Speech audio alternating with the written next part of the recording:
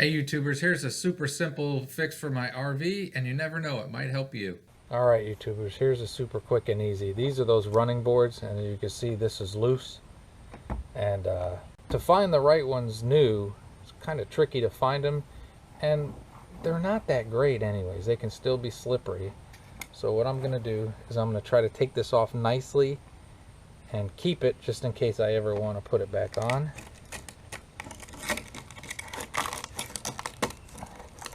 I'll speed it up a little. Yeah, that came off real easy. That probably wasn't going to last much longer. Alright, so replace it with something else. The main tool you need is obviously a razor blade. You don't want to go crazy, so you don't want to go too deep.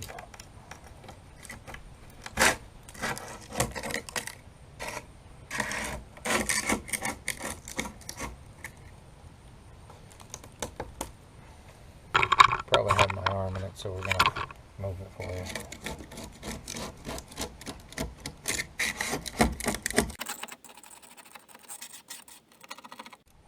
I really didn't expect the whole paint to be coming off it.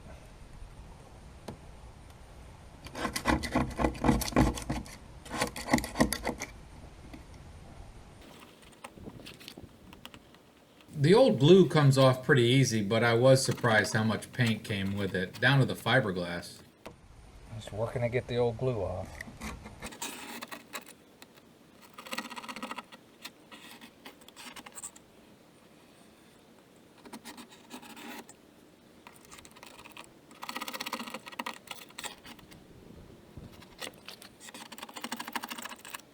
That's really not what I expected.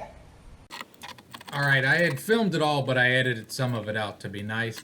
This probably takes 20-25 minutes or so. Alright, shot back. I edited out a lot, but obviously I kept in more than I should, but you do got to get all the old stuff off for it to work. It's an easy upgrade, but you know, prep work is usually the most important part.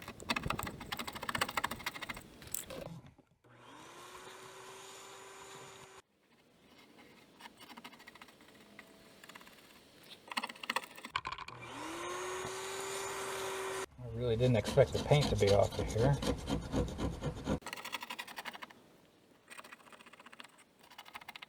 Alright, by this time you probably don't believe me, but I swear I did edit some of this out. Alright. Now we're going to take some Goo Gone.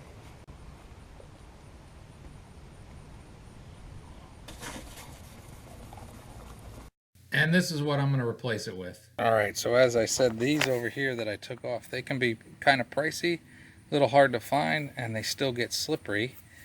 This is much easier to find, cheaper, and they don't get this slippery. I got this at Home Depot. It was $7. Flip it over. It sticks on the back. I've already done one before on the front door where I lost that one. So let's do this. The only tool you really need next is a pair of scissors. And I'm going to try to line this up properly. About there. And try to make it just a tiny bit longer than the old one was.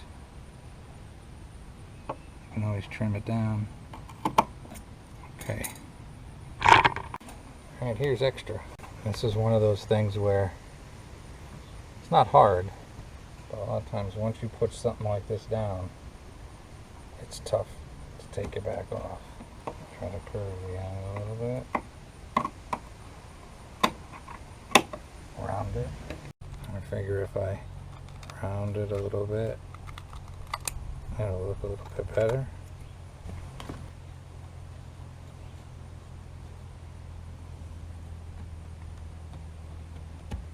Alright, after 20 years, I think it's going to be hard to cover up that just years and years of stuff, but I'll try to clean it up later the best I can.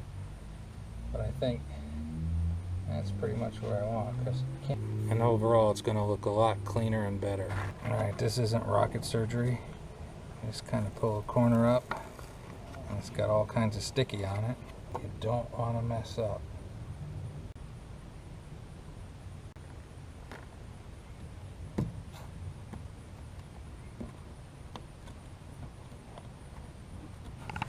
Move the camera. But you go slow.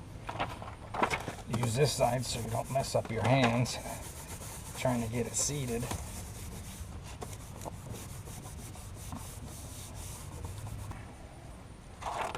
And there we go. That's not coming off. It's covering up where it was gray on the outsides before, you know, from water getting under there and discoloring it. So it's a little cleaner. So I think that's a pretty good improvement. And that is not coming off. It cost me $7. I'll try to clean this again. You know, that's gonna bug me. This is the old one I did before, and I think I'd put it in a video, and I purposely put the reflective strip up top. Well, somebody suggested on a video, so I put the reflective strip closer to the edge. Might help me see it as I go in this door a lot. But that's it. Again, the only part that bugs me whatsoever is this, the little lip. But over time and the right solvents and cleaners, I should be able to get most of that off. Because this had it too, which, you know, you're seeing on a camera from about 8 inches away. Over time, that won't look as bad. But it's going to be a lot safer, even safer than replacing it. Even safer than replacing it with one of these, because they still get slippery. $7 if you're looking, if you have this problem. These come off a lot of people's RVs. Hope that was helpful. It's an option. All right, YouTubers, more about the RV, but these are new things I bought. Because you always need stuff for the RV. And these are things I need that I have to replace.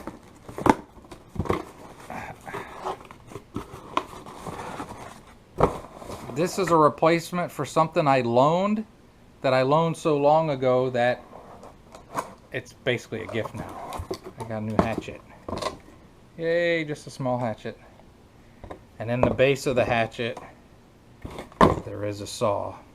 Alright, I'll put some information in the description block, but this is like an $18 hatchet. Came out kind of sharpened already.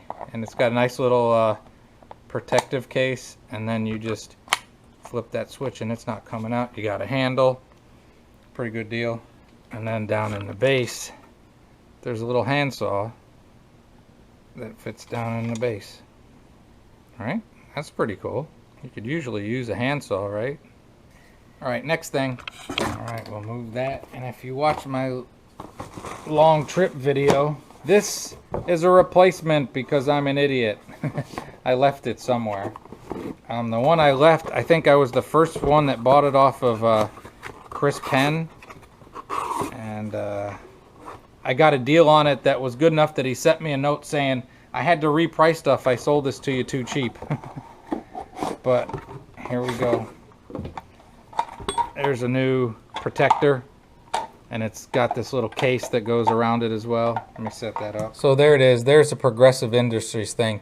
What's kind of cool too is they put this little pin on here, and what I used to do when I would plug in, I would loop the cable back up and I would lock both cables together. Well, this way I can loop it up and just put my lock through there so nobody will make it harder for somebody to steal that. And I always used to put a plastic bag over the post, even though they say these are waterproof and you don't have to worry about it. I always like doing that. Well, this, they also give you a cover so it'll keep your connection dry. And to get that cover to work, they give you these itty bitty screws. They are Phillips, so we'll put them on. Sometimes the easiest things in the world are a pain. So there we go. You pay a little extra. This was like $100. I think getting this little thing added like 10 or 15 bucks to it. If I end up not liking it, you can just take the screws out. It was super simple to put on once, you know, I wasn't trying to film at the same time. But I hate that I lost mine. I know, I'm pretty positive right where I left it, and I wouldn't travel without one of these. Pretty simple how they work. You know, the lights go up, tells you down here what the lights mean. It protects your electrical system. the more expensive stuff inside the RV. So I highly suggest, as most RVers do, don't travel without something like this, or the great big more expensive ones that are $200-300. I went for the cheaper model. It has worked well for me. And there have been a couple times where I've plugged into places and noticed that they weren't wired properly. And if you tell somebody at a campground, usually you can check another place, but it's good to have. And you know, the surge protector part is very important. Surges are what get you. But I will also say I've been in like lightning storms and stuff like that, and there have been a couple times where they were really bad that I decided to go out and unplug my RV just in case. So you need one of these. I like that they put that clip on there now.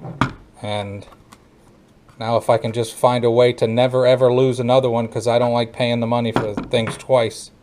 But there you go. There's some quick RV stuff. Have a great and wonderful day.